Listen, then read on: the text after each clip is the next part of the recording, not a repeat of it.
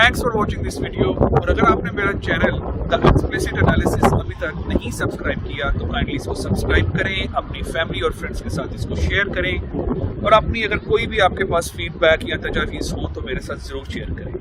Viewers, आज के मेरे जो गेस्ट हैं, पाकिस्तान को उन्होंने टेस्ट मैचेस, ओडीआई और T20 में रिप्रेजेंट किया।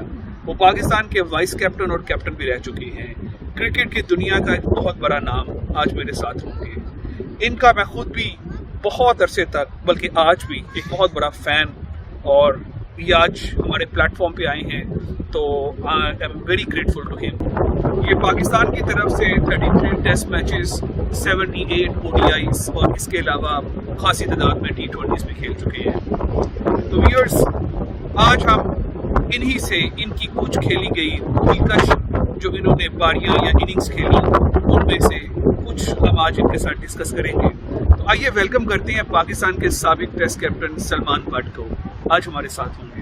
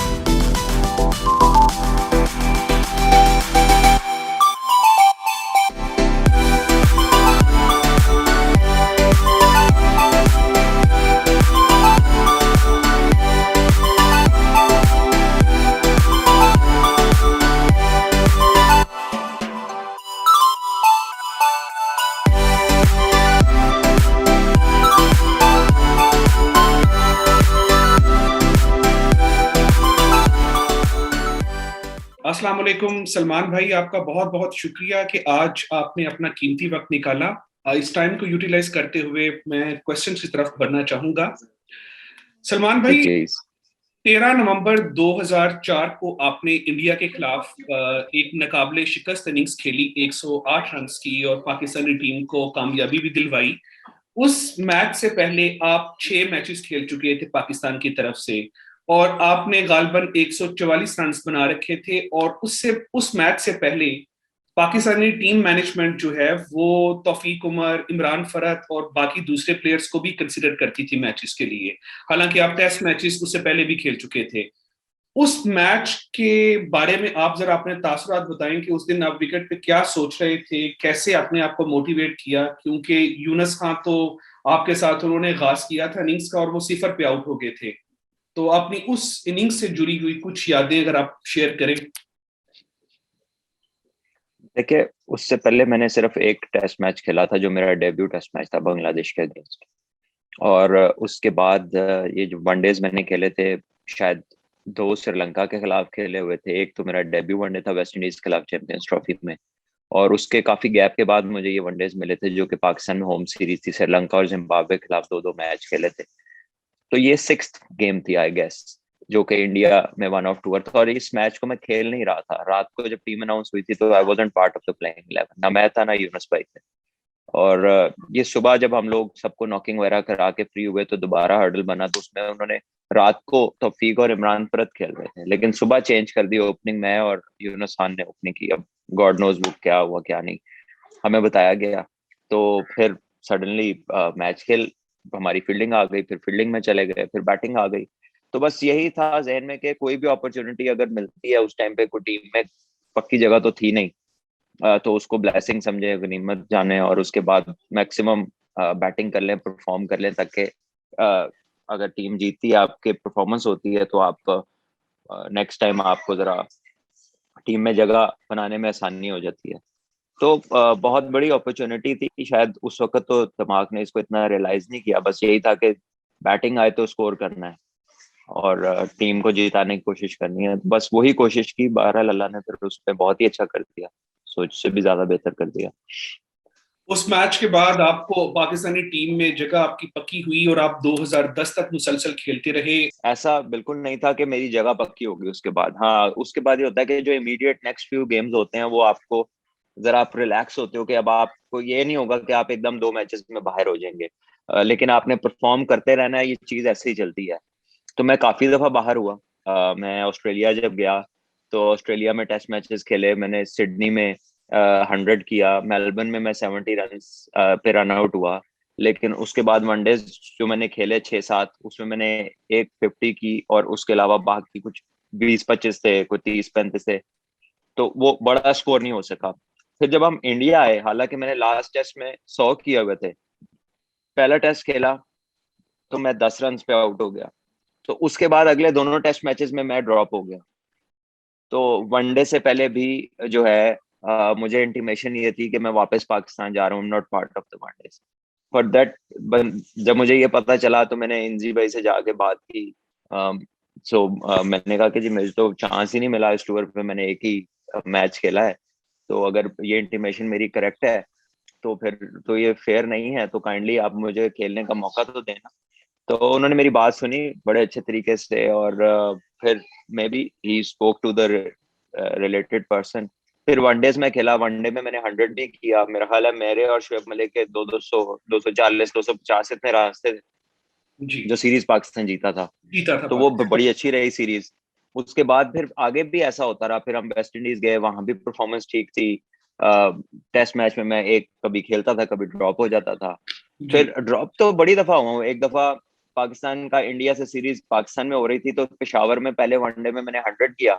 हम हाँ लोग जी। मैच जीते डकवर्थ विक पाकिस्तान पे। जीत गया था अगले, वो। हाँ, अगले 2 मैचेस में मैं जल्दी आउट हुआ।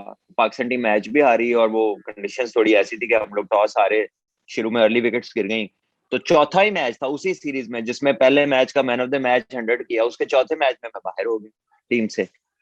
तो वो तो होता रहता है। बल्कि ये अब के प्लेयर्स बड़े लकी हैं कि ये 3-3 साल हो गए हैं उनको, एक एक सेंचुरी पे इन्होंने क्रिकेट खेली जी। है, एक एक दो दो परफॉर्मेंसेस पे ये लोग क्रिकेट खेल रहे हैं। और उनकी क्रिकेट भी जो है वो बहुत, उसकी हायर परसेंटेज जो है वो अपनी कंडीशंस में है। यानी दुबई में ही आपने कितना कितना करियर अपना खेल लिया। मेरे तो 33 टेस्ट मैचेस हैं, जिसमें से 24 से ज्यादा टेस्ट मैच मेरे एशिया से बाहर है। जिसमें एशिया मैं कोई से 8 टेस्ट मैच इंग्लैंड में खेला हूँ और 6 ऑस्ट्रेलिया में खेला हूँ। अब ऑस्ट्रेलिया ये में। दो दुनिया की मुश्किल तरीन जगह है जहाँ पे मेरा आधा टेस्ट करियर है, 14 टेस्ट मैच। बिल्कुल, न्यूजीलैंड में भी खेले हैं आप फिर उसके बाद। न्यूजीलैंड में 2 टेस्ट खेले हैं, 16। तो more than half of the career तो मेरा इन कंडीशंस में है। जी। और बहरहाल उस वक्त पाकिस्तान की टीम में बहुत सारे सुपरस्टार्स थे, बहुत सारे इनफरादी तौर पे मैच विनर्स थे। तो टीम में जगह रखना इतना आसान भी नहीं था। आज तो कदरे आसानी ये है कि 2-3 प्लेयर्स के अलावा जो है कोई अभी ऐसा सीमेंटेड प्लेस वाला प्लेयर भी नहीं है पाकिस्तान की टीम में। अगर आप बाबर आजम और रिजवान के अलावा बात करें तो एक शाहीन अफरीदी है, या पिछले 1 साल से जब से हसन अली का कमबैक हुआ तो वो अच्छा परफॉर्म कर रहा है। ये 4 के अलावा तो कोई ऐसा बंदा नहीं है टीम में। टेस्ट में अगर देख लें तो अजहर अली की एडिशन हो जाती है। तो ये 4-5 लड़कों के अलावा तो अक्रॉस फॉर्मेट्स कोई बंदा पक्का नहीं है। लेकिन उस वक्त ये था कि इंजी भाई, यूसुफ भाई, यूनुस भाई सारे खेल रहे थे, रजाक भाई थे, शोएब अख्तर थे, शाहिद अफरीदी थे। तो शोएब मलिक थे, दानिश कनेरिया खेल रहे थे। Then there was other fast bowlers, Mohammad Sami थे, राव इफ्तिखार थे, राना नवीद थे, कामरान अकमल थे। तो एक बड़ी एस्टेब्लिश्ड टीम थी। यानी कि अगर किसी से भी आप पूछते तो वो कहता कि जी ये तो है 12-14, एक आधा कुछ शायद चेंज हो जाए। तो अब जी। तो आप देखते हैं कि एक तो कोविड की वजह से 25-25 ट्रेवल करते हैं। जो नहीं कुछ करता पूरा पूरा साल वो भी ट्रेवल करता रहता है टीम के साथ, कहीं ना कहीं उसको भी दोबारा मौका मिल जाता है। मतलब जैसे आजकल के लड़कों को मौके मिले हैं कि 2-2 साल खेल गए और एक एक 50 है पाकिस्तान के लिए, ऐसा तो आप सोच भी नहीं सकते थे आज से 15 साल पहले। हाँ जी, जिस तरह अब्दुल्ला शफीक जो है उनको 2 मैच खिला दिए हैं ना, वो कोई फर्स्ट क्लास क्रिकेट क्रिकेट खेल रहे हैं और मेरे ख्याल में उन्होंने 2 मैचों में 0 स्कोर किया है, बट फिर भी वो टीम के साथ T20 में भी हैं, टेस्ट मैचेस में भी हैं, वनडे में भी हैं, नाम को खिलाते हैं। मगर ये है कि टीम के साथ उनको रखा हुआ है। तो इस तरह की बेशुमार, बिल्कुल आप ठीक हैं, ठीक कह रहे हैं, इस तरह की पाकिस्तान में कई बेशुमार मिसालें जो हैं वो मौजूद हैं। सलमान भाई, आपके टेस्ट से ही रिलेटेड मेरा दूसरा क्वेश्चन है, आपके टेस्ट कैरियर से रिलेटेड ही।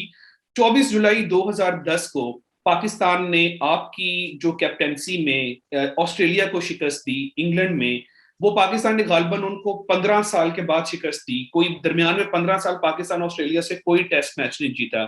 उस मैच के हवाले से कोई थोड़ी बहुत यादें वाबस्ता हैं आपकी, कोई जो हमारे साथ आप शेयर करना चाहें? कैसे आपने टीम को मोटिवेट किया और क्या आपके ज़हन में चल रहा था? I believe that was your first test as a captain. जी बिल्कुल, आई थिंक वो जब शाहिद अफरीदी उस टूर पे पाकिस्तान के कैप्टन बने थे टेस्ट क्रिकेट में, तो एज कैप्टन उन्होंने जो है वो एक ही टेस्ट मैच खेला, जो कि पहला टेस्ट मैच था लॉर्ड्स हार में। गया था पाकिस्तान। और सडनली जब कोई सोच भी नहीं सकता कि अगर आप कप्तान बने हैं तो एक ही मैच बाद आप रिटायरमेंट ले लेंगे, जस्ट वन गेम। तो उसके एंड पे उन्होंने रिटायरमेंट ली, तो किसी को भी नहीं पता था, ना टीम में किसी को पता था, ना कोचिंग स्टाफ को किसी को भी नहीं मालूम था। तो उन्होंने ये सडन डिसीजन लिया। उसके बाद लीड्स हमारी टीम ने ट्रेवल किया, वहां पर एक मीटिंग हुई जहाँ पे सीनियर प्लेयर्स भी बैठे और कैप्टन का डिसीजन होना था। तो although I was touring vice captain, but captaincy के डिसीजन के लिए उन्होंने एक मीटिंग जिसमें इजाज भट्ट साहब थे और शोएब मलिक, कामरान अकमल, सीनियर प्लेयर्स भी बैठे थे। तो वहां पर उन्होंने मुझे कैप्टन नॉमिनेट किया। और मुझे याद है कि इजाज भट्ट साहब ने सबसे उनकी राय पूछी सीनियर से। उसमें आई गेस उमर गुल भी बैठे थे उस मीटिंग में। तो शोएब मलिक ने कहा कि सर आप इनको कप्तान तो बना रहे हैं, लेकिन इसको आप लॉन्गर टर्म के लिए कैप्टन नॉमिनेट करें, क्योंकि जब आप कैप्टन को कॉन्फिडेंस देते हैं लॉन्गर टर्म का, तो फिर एक तो ऑब्वियसली उसकी बात में वेट भी आता है और वो कॉन्फिडेंस के साथ जो है वो अपना काम करता है। तो ये उन्होंने इस मीटिंग के बाद मुझे कैप्टन नॉमिनेट किया। आई थिंक टेस्ट मैच में 2 या 3 दिन थे, उससे पहले मैं कैप्टन बना था। तो ऑब्वियसली वी हैड 5 प्लेयर्स जो अपनी पहली सीरीज खेल रहे थे, कुछ के डेब्यू हो रहे थे। उमर अमीन था उसमें, उमर अकमल था जो बहुत ज्यादा क्रिकेट नहीं खेला था, अजहर अली का डेब्यू उसमें हुआ था, उसी में सईद अजमल भी वो सीरीज खेल रहे थे, उससे पहले वो कोई इतनी टेस्ट क्रिकेट नहीं खेले थे, मोहम्मद आमिर भी रिलेटिवली बहुत यंग थे। और इसी तरह जो है आप देखेंगे जुल्करनैन हैदर की भी वो टेस्ट सीरीज थी इस तरह की जिसमें वो नए आए थे। तनवीर अहमद उस वक्त टेस्ट मैच नहीं खेले, तो टीम आधी से ज्यादा तो वो थी जो डेब्यू होने थे या जस्ट हुए हुए थे। तो हमने ये आपस में बात की कि there is no pressure on us, we are playing the world's best team. तो अगर हम अपनी एबिलिटी पे खेले तो हम मैच जीत सकते हैं, हम इनको टफ टाइम देंगे। और हमारी बॉलिंग वर्ल्ड क्लास थी, आमिर और आसिफ, उमर गुल, वहाब रियाज का डेब्यू भी उसी सीरीज में हुआ था, सो अनदर डेब्यूटेंट। तो हमारे पास बड़ा यंग अटैक था, लेकिन ये 3 बॉलर हमारे वर्ल्ड क्लास थे। सईद अजमल एक वर्ल्ड क्लास स्पिनर था, हालांकि इतनी क्रिकेट नहीं खेले हुए थे, और साथ में उनके जो है दानिश कनेरिया भी थे उसमें।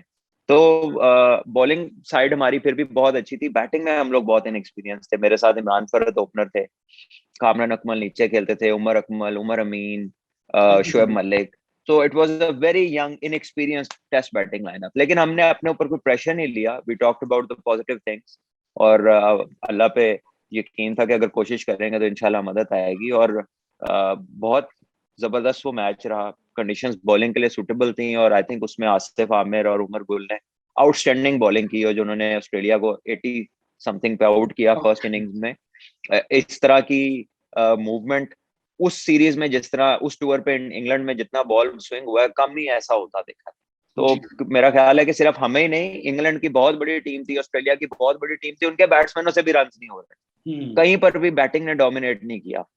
तो आई गेस के वो एक शानदार गेम थी, something to remember for Pakistan fans and for me as well. Long time आज तक वो चीज याद है बिल्कुल जी, और हमेशा शायद याद रहे।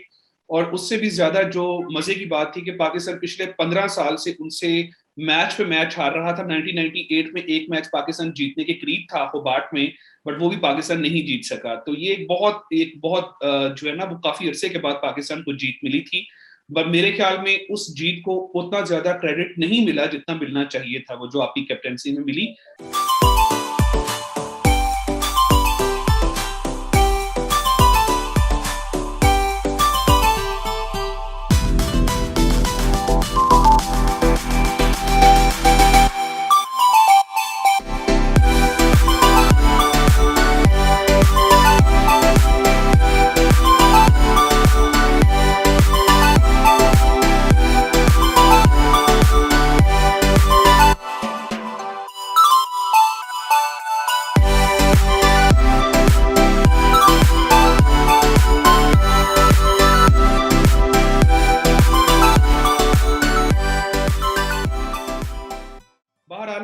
It's all the story of past now. Salman भाई, मैं अपने अगले क्वेश्चन की तरफ चलूंगा। अभी की जो प्रेजेंट टीम है पाकिस्तान की, ये जो प्रेजेंट सेटअप, जो सर्कल है प्लेयर्स का, पूल जो है, उसमें आप किस ऑलराउंडर को समझते हैं कि इसको चांस मिलना चाहिए और उसको नहीं मिल रहा, या उसको टीम में होना चाहिए? ऑब्वियसली आप तो काफी वेल इन्फॉर्म भी हैं, और आप के तबसरे और एनालिसिस भी अक्सर मैं देखता रहता हूँ और सुनता रहता हूँ। देखिए, ऑलराउंडर्स की जहां तक बात है, आपके पास अक्रॉस द फॉर्मेट जो आपने ट्राई किया पिछले 3-4 साल, जिस लड़के को खिलाया वो तो फहीम अशरफ ही है, जो अक्रॉस फॉर्मेट्स एक ऑलराउंडर खेला है। उसकी पैची परफॉर्मेंसेज हैं, कहीं पर उसने बहुत अच्छा खेला है, कोई बीच में फिर बेयर पैचेस आए हैं जहाँ पे उससे परफॉर्मेंस नहीं हो सकी। मेरा ख्याल है कि वो टैलेंटेड है, लेकिन उसको जिस तरह डेवलप करने की इन्होंने कोशिश की, जब आप किसी को डेवलप करते हैं ना, तो for some time you take away a few things and you do the very necessary things जिससे उसकी डेवलपमेंट होनी है।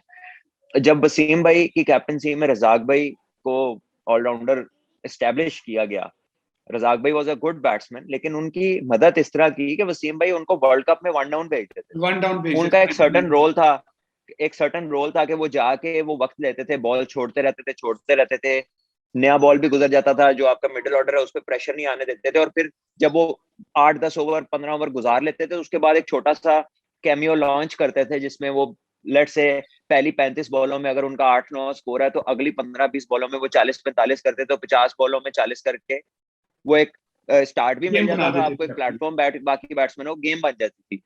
और क्योंकि वहां उन कंडीशंस में 250-240 के ऊपर कुछ भी काफी मुश्किल था, ड्यूक का बॉल यूज हो रहा था, व्हाइट बॉल। जी। तो रजाक भाई का कॉन्फिडेंस ऐड हुआ, फिर ऑस्ट्रेलिया में भी वो ऊपर भी खेलते रहे, फिर उन्होंने बहुत सारी जगह बैटिंग में आउटस्टैंडिंग परफॉर्म किया, मोहाली टेस्ट बचाया, इसी तरह अजहर महमूद साउथ अफ्रीका में 2 सेंचुरियां की, क्योंकि ये लोग प्रोडक्ट थे फर्स्ट क्लास क्रिकेट का। अब आपका मसला ये है कि आपको जो ऑलराउंडर मिलता है वो शॉर्टर फॉर्मेट की तरफ उसका ध्यान, और अनफॉर्चुनेटली हमारी कोई ऐसी पॉलिसी नहीं है ऑर्गेनाइजेशन की कि जो उन लड़कों को बताए कि भाई फर्स्ट क्लास क्रिकेट के बगैर तुम एस्टेब्लिश हो ही नहीं सकते, तुम बड़े प्लेयर बन ही नहीं सकते। कोई ऐसी मिसाल नहीं है कि छोटे फॉर्मेट का स्पेशलिस्ट जो है वो तीनों फॉर्मेट का बड़ा प्लेयर बन गया हो, एक भी ऐसी मिसाल नहीं मिलेगी आपको। लेकिन बड़े फॉर्मेट के इवन रिटायर्ड प्लेयर भी छोटे फॉर्मेट में कमाल कर जाते हैं। तो जो की एरिया टू फोकस अपॉन है, to develop something as special as an allrounder, that has to be first class cricket. तो फहीम को होना तो ये चाहिए कि जब डोमेस्टिक क्रिकेट में वो आए तो जरा ऊपर बैटिंग करे, क्योंकि ये उसका होमवर्क है to get prepared for international cricket for Pakistan team. लेकिन ऐसा होता दिख नहीं रहा, वो जितनी भी डोमेस्टिक क्रिकेट खेलता है वो नीचे ही खेलता है, हालांकि वो उन कैप्टन के अंडर खेल रहा है जो कैप्टन पाकिस्तान के कैप्टन हैं, ठीक है, जो रिसेंटली पाकिस्तान को लीड कर रहे हैं। तो वो कोई प्लान इस तरह का उनका नजर नहीं आता, क्योंकि you haven't been lucky enough कि आपको एक्सेप्शनली टैलेंटेड बंदे नहीं मिले। आपके जितने भी जो ऑलराउंडर्स हैं जिनको आपके ख्याल में आजकल जो बैटिंग भी कर लेते हैं, वो कंप्लीट ऑलराउंडर्स नहीं है। You don't have anything like Razzaq भाई और अजहर महमूद, या इवन वसीम अकरम, जिस तरह के साथ 250 उन्होंने भी किया हुआ है, ऑस्ट्रेलिया में भी 100 किया हुआ है, उस तरह के भी पैचेस अभी कहीं से नजर नहीं आए। ये 3 साल 4 साल की क्रिकेट खेलने के बाद फहीम अशरफ ने न्यूजीलैंड में एक 50 किया है टेस्ट मैच में, हाँ जी। तो थोड़ा सा उसको आपको पुश करना पड़ेगा, ऊपर बारियां देनी पड़ेंगी एटलीस्ट डोमेस्टिक क्रिकेट में। और बाकी अभी एक मोहम्मद वसीम आए हैं पेशावर के, वो लैप शॉट्स खेल लेते हैं, हिट अच्छी मार लेते हैं, लेकिन बैटिंग की डिटेल किसी बॉलर में नजर नहीं आती कि जिसको आप समझे कि ऑलराउंडर बन सकता है। मगर ये काम करना पड़ेगा, और फर्स्ट क्लास क्रिकेट पे फोकस करेंगे तो आपको स्पेशलिस्ट मिलेंगे, छोटे फॉर्मेट से नहीं मिलने लगा। मगर सलमान भाई, इसके साथ साथ चांसेस भी तो मैटर करते हैं। आप देखें, जिस तरह आमिर यामीन है, उनको इतना चांस नहीं दिया गया। वो मतलब कि लाइक आए, खेले, 2-4 मैच खिला दिए, उसके बाद अभी तक वो नहीं, उनको उस तरह से कंसिस्टेंट चांसेस मिले जिस तरह फहीम अशरफ को। अम्माद बट जो हैं, पिछले 5-6 साल से पाकिस्तान के साथ कई दौरे कर चुके हैं, मगर उनको कोई कंसिडर ही नहीं किया जाता किसी भी शॉर्टर वर्जन या इवन लॉन्गर वर्जन के लिए भी। तो आप जब तक किसी को चांस नहीं देंगे उसके पोटेंशियल का पता, तो वो फिर किताबी या थ्योरेटिकल बातें ही रहेंगी ना उसके अलावा। जी, ये बात आपकी बिल्कुल ठीक है कि कुछ प्लेयर्स को साथ रखा गया, उनको मिला नहीं। मे बी उनकी क्रेडेंशियल्स पे जो आपके हेड कोच हैं, जो आपकी मैनेजमेंट है, वो इतना कॉन्फिडेंट ना हो, आपका कप्तान जो है उनके बारे में इतना कॉन्फिडेंट ना हो। आई गेस के ट्राई कर सकते थे आप। अभी जिम्बाब्वे की सीरीज थी, तो आपने फुल फ्लैज पाकिस्तान की टीम खिला दी। टीम ये खिला तो दी। टूर ही आपके टेस्ट और ट्रायल करने वाला था। इनके खिलाफ आप पाकिस्तान की एक कोई अच्छी डोमेस्टिक सेंट्रल पंजाब को भी खिलाते तो उन्होंने भी जीत जाना। जीत जाना था उन्होंने। और ठीक है, दूसरी तरफ आप इनके खिलाफ आप केपीके को खिलाते उन्होंने भी जीत जाना था। जी तो ये वो जगह थी जहां पर आप अपने ये जो प्लेयर्स हैं जिनके आपने नाम लिए हैं, इस तरह के बैट्समैन भी हैं, उस्मान सलाउद्दीन है, दूसरे लड़के हैं जिन्होंने रन किए हुए हैं, वो अभी केपीके से कामरान गुलाम ने इतने रन किए हैं। तो ये you could have tried lot of people, लेकिन हमने वो सीरीज को ऐसे लिया कि जैसे पता नहीं हम किसके खिलाफ खेल रहे हैं, कि पता नहीं क्या हो जाएगा। तो वो चीज यूज करनी चाहिए ऐसे मौकों पे। आपको थोड़ा सा दिलेर होना चाहिए। और बहरहाल पाकिस्तान ने नहीं वो किया, और पाकिस्तान अभी फिर सर्च के लिए वेट करना पड़ेगा। अब तो वैसे ही कोई चांस नहीं है, आपने इंग्लैंड में खेलना है, फिर वेस्ट इंडीज में खेलना है, फिर आप वर्ल्ड चले कप है जाएंगे आपके। हाँ जी। वर्ल्ड कप से पहले शायद न्यूजीलैंड पाकिस्तान आएगी। आप देखें कि न्यूजीलैंड पाकिस्तान आएगी, वो अपनी पूरी टीम नहीं भेजेगी। इंग्लैंड पाकिस्तान से खेलेगी, वो अपने 2-3 मेन प्लेयर्स को रेस्ट करा देंगे। इंडिया ने श्रीलंका में अपनी बी जो है वो टीम। सेकंड स्ट्रेंथ भेजी है। ठीक है, हालांकि they are good enough for Sri Lanka, से वो बहुत अच्छे होंगे, लेकिन वो इसी तरह अपने प्लेयर्स को डेवलप करते हैं। हमारा ये है कि ना तो हमारे ए टूअर्स हैं इतने ज्यादा, और जब हमारे पास इस तरह का मौका आता है जिम्बाब्वे टाइप, हम तभी पूरी स्ट्रेंथ पे खिला देते हैं। तो फिर कौन सा मौका आएगा वो मुझे मालूम नहीं है। सलमान भाई, इसके बाद मैं अपने आखिरी क्वेश्चन की तरफ चलूंगा। सलमान भाई, फ्यूचर में क्या देखते हैं हम कि सलमान बट जो हैं वो दोबारा बैट पकड़कर मैदानों में नजर आएंगे? क्योंकि आपकी फॉर्म और फिटनेस को देखा जाए तो आपकी कैप्टेंसी में वाबडा ने भी ट्रॉफी हासिल की, कायद आजम ट्रॉफी में भी आपने काफी ओवर द इयर्स परफॉर्मेंसेस की। पिछले 5 साल से आप अपने रिकॉर्ड्स को पाकिस्तान में, आई बिलीव खुरम मंजूर के बाद अभी भी आपकी सेंचुरियों की तादाद सबसे ज्यादा है। तो स्टैट्स की देखें तो आप you are still at the top, but आप इस वक्त आपके अंदर इंटरनली आप फील करते हैं कि आप दोबारा मैदानों के अंदर नजर आएंगे, और you are interested in few other things off the record? यार ऑनेस्टली मुझे मेरे चाहने से क्या होता है, कुछ भी नहीं। मैं तो चाहने के लिए क्रिकेट खेल रहा हूँ ना, पाकिस्तान खेलने के लिए। मैं 4 साल से परफॉर्मेंस दे रहा हूँ। कैप्टनसी में मेरी केपीके भी वनडे का चैंपियन हुआ है, वाबडा ने 3-4 फाइनल खेले हैं, ट्रॉफी भी जीती है। T20 का भी हम लोग फाइनल जीते हैं, नेशनल कप का। T10। जहां जहां मैंने लीड किया है, T10 का भी हम लोग जीते हैं। वो तो खैर एक पाकिस्तान की क्रिकेट नहीं थी, वो इंटरनेशनल इवेंट था, तो मैंने इसलिए उसका नाम नहीं लिया। तो कहने का मकसद यह है कि उसमें भी, हालांकि मैं T10 is not my style of play, मैं उस तरह एग्जैक्टली। का प्लेयर नहीं हूँ, एग्जैक्टली। लेकिन अल्लाह की तरफ से वो इज्जत मिलनी थी। मैं उसमें बेस्ट प्लेयर हो गया। मैंने खुद भी नहीं बेस्ट। सोचा था कि ऐसा होगा। जी बिल्कुल हाँ, सलमान भाई। ऑनेस्टली मैंने खुद भी नहीं ऐसा सोचा जरूरत था। हालांकि मेरे साथ हाशिम मामला ओपन कर रहे थे, और मैं तो बस यही दुआ कर रहा था कि इस इवेंट में अल्लाह ने जगह दे दी है तो इज्जत भी मिल जाए, क्योंकि ये मेरा इवेंट नहीं होता। T10 is not my style of play. मैं कोई पावर हिटर तो नहीं, तो इसमें एक्सट्रीम हिटिंग आ जाती है ना, बिल्कुल ही मेथड के बगैर ही आप खेल रहे हो। जी लेकिन समवेयर मेथड वाली जगह निकाल दी अल्लाह ने। तो कहने का मकसद है कि इट इज नॉट कि मैं क्या चाहता हूँ। सबसे पहले तो अल्लाह ने अगर नसीब में लिखा है, दूसरी बात है कि पीसीबी ने कोई डायरेक्शन लेनी है ना।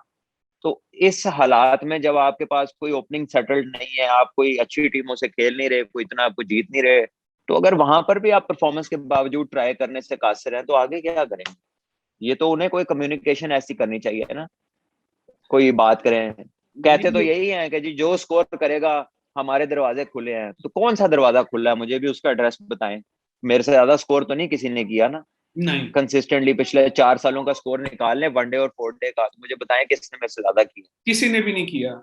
और हाँ, और मेरा और जो अगर किसी ने किया है, तो मेरे उसके स्कोरों का ये फर्क है कि मेरी टीम खेलती रही है फाइनल और जीतती रही है, और जो बाकी लड़कों ने किया उनकी टीम में किसी टॉप 2-3 टीमों में नहीं आती रही। तो विनिंग रन्स का और अपने रन्स का बहुत फर्क होता है। जीतने वाले रन्स और अपने स्कोर में बड़ा फर्क होता है। तो उन्होंने कोई उनकी तरफ से इस मामले में कोई कम्युनिकेशन ही नहीं है। It is like they don't want कि यार ऐसा हो। So it's very sad. मुझे शर्जील का कह के रोका आपने वेस्ट इंडीज जाने से, कि जी वो शर्जील वगैरह का मसला हुआ है। 7-8 लड़के थे, वो अकेला नहीं था। वो सारे खेल गए उस जिसकी वजह से मुझे रोका था, तो मैं अभी भी बाहर बैठा हूँ। तो दिस मेक्स नो सेंस ना। This make no sense. और सलमान भाई, the problem lies somewhere else. और again, you know, like I'm always your ardent fan. Apart from obviously मैं आपको बहुत सालों से जानता हूँ, मगर इसके बावजूद मैं आपका बहुत बड़ा फैन भी हूँ. आपके क्रिकेटिंग डेज से मैंने देखा है, और मैं विदाउट एनी लाइक फ्लैटरिंग और खुशामद करने के अलावा, मैं अगर देखूं पाकिस्तान के डोमेस्टिक सेटअप में आप अभी भी सबसे बड़े प्लेयर हैं. ये मैं ऑन रिकॉर्ड ऑब्वियसली बोल रहा हूँ. ये नहीं कि उसे अभी आप रिकॉर्ड्स को देखें, आप स्टैट्स को देखें, आप गेम डेवलपमेंट को देखें. Again Mohammad Wasim as a chief selector, उसके होते हुए मुझे नहीं लगता कि आपका उसे कहते हैं ऑब्वियसली चांस जो है वो मैं देख रहा हूं in the near future. But Allah ताला बेहतर करे, इसमें हम यही कह सकते हैं कि I wish you really very best of luck. I wish you really very best of luck, जो भी आप करें अपनी फ्यूचर अकम्पलिशमेंट्स के अंदर. And my best wishes are with you.